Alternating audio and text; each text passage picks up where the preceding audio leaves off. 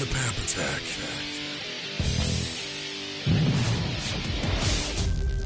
During the long run of Republican leadership prior to the Great Depression, corporate America and the Republicans had an agreement. Government would not regulate and business would not be limited by checks and balances. Corporations were able to generate bigger profits at the expense of workers, consumers, the U.S. Treasury, and the U.S. economy. The big were gobbled up by the bigger, and the concept of arm's-length competition was illusory. Deregulation increased profits, but none of those profits trickled down to the workers. It was laissez-faire government at its very worst. Myths were created about corporations and capitalism. A few of those myths were that a publicly held corporation has no duty to the public except to maximize profit for their shareholders. In other words, ignore the fact that the corporation could never exist without the roads, without the law enforcement, our court systems, and military that taxpayers provide the corporation so it can do business. That myth ignored billions of dollars the public spends every year on research and development that taxpayers dish out at universities through medical research, military research, agricultural research, and hundreds of other areas that corporations benefit from where it comes to research.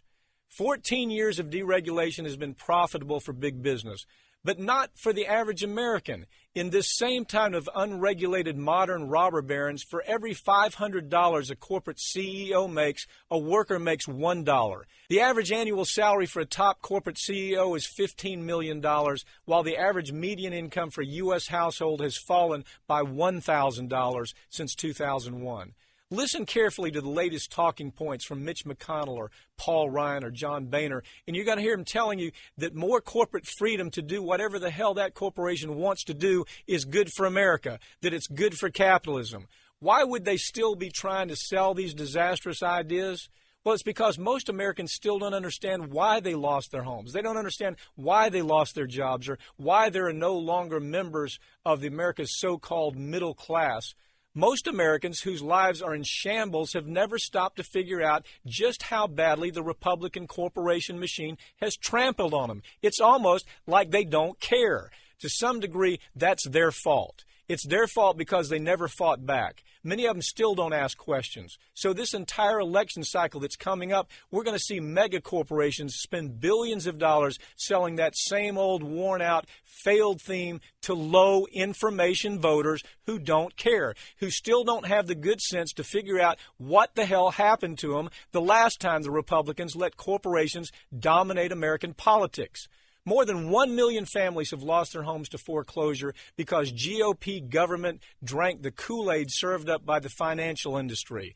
That industry told Congress that if Congress would trim regulations, the financial industry would show how responsible they could be. So they showed us. Everything in business and government flows from the top. For example, Exxon, Halliburton, Countrywide, and Citicorp are at the top of the food chain in the business world.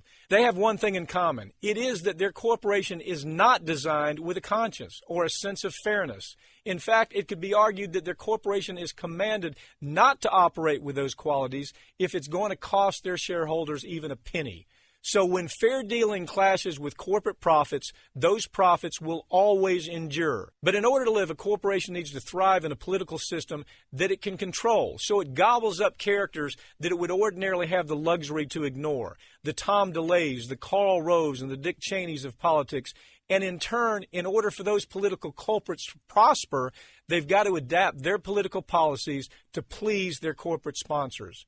It all flows from the top, but the top is not America's government. The top is a collection of corporate types that abhor anything that looks like a check and a balance regulation. The top is Wall Street, not the White House, where today we see Wall Street determining what the price of gasoline is going to be by way of unregulated crude oil speculation. Wall Street is where it's determined whether a small family business gets a loan or whether big box stores are going to gobble up mom and pop businesses. Wall Street will consistently determine who our president's going to be, who's going to sit in our Supreme Court, who will go to war with us, or who we'll go to war with. The top is Wall Street, UBS, AT&T, Shell Oil, and every other mega corporation beholding to its shareholders.